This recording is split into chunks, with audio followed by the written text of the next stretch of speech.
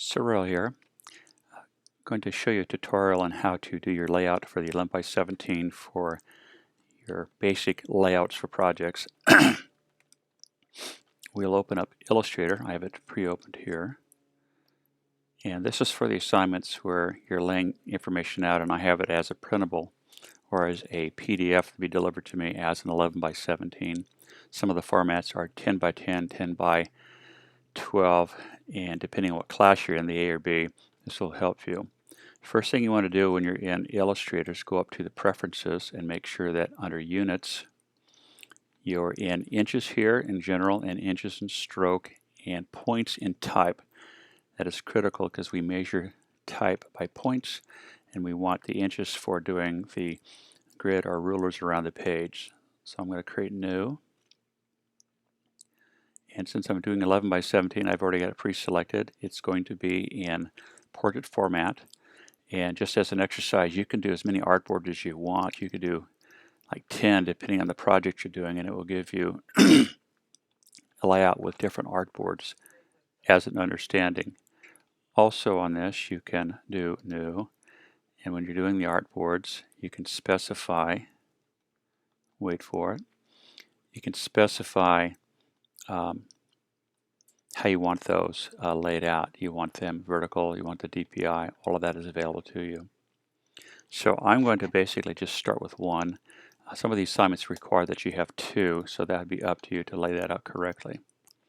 So here's my board. First thing I want to lay out will be rulers, so I'm going to go Command R. That will give me the rulers top and bottom. And then I can bifurcate the page in quarters. So I know it's 11, so I'm going to go to 5.5, and then I'm going to go to 8.5 to get the center of the board. I'm going to do a 10x10 layout depending on the assignment that you're working on. Go to the rectangular tool, go to the center, hold down the Option key and click, and then you can type in, note here, 10x10 and hit return. So there's my media or working area, but I want to develop in registration marks. So we move up to Objects. Under Objects, you'll find Create Trim Marks. There's my trim marks. They're on the faint side, so I want to make them at least probably way too big. A little bit bigger so I can see those adequately. So there's my trim marks. And then I can bring out my guides. Guides are important to gate where the work is at any given time. So I'll pull out my guides, bring guides down.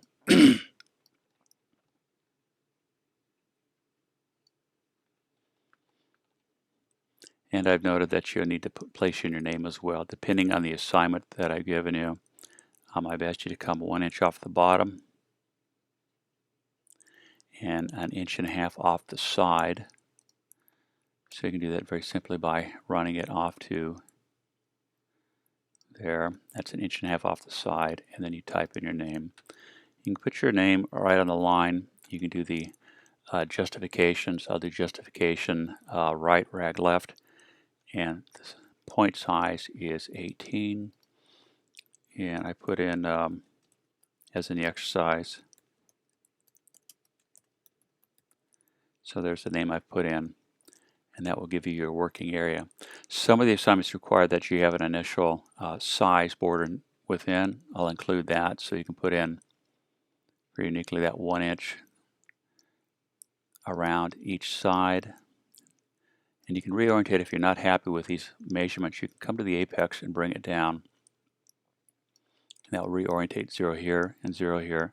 Make sure that you're on those marks all the way around and develop your design. So when you're all done, this is where you'll do your work. You'll also want to work in layers. Make sure that you have layers depending. Maybe you have a text layer. You can come and punch in another one, or you can come up here and do a new layer. There's two ways to do that, top and bottom. You can go artwork. It really depends on the project, but this will be the format we'll use throughout the semester. This is 11x17. This is a standard print media. And then when you're all done, you've got your artwork in there, whatever you've created, how I've asked for it. You can probably delete that border around that. You really don't need that border. That's just there to give you your trim marks And again, you want to save your file. You're going to go Save As for delivery. Save As. You'll save your file as a Adobe PDF. That will be the formatting, and you'll lay that on the desktop or however you want to deliver it. And it'll be last name underscore first name underscore and whatever the project name is. And that's it. That's all I really need.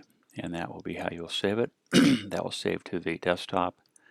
And anytime you want to drag that back into the program, it will come back into Illustrator so that you can function and work with it. Again, that's the basic format. If you have questions, you can email or we can discuss in class. But again, I'm hoping that these tutorials will help you understand the formal layout for each and every project as specified within the A and the B class. Thank you.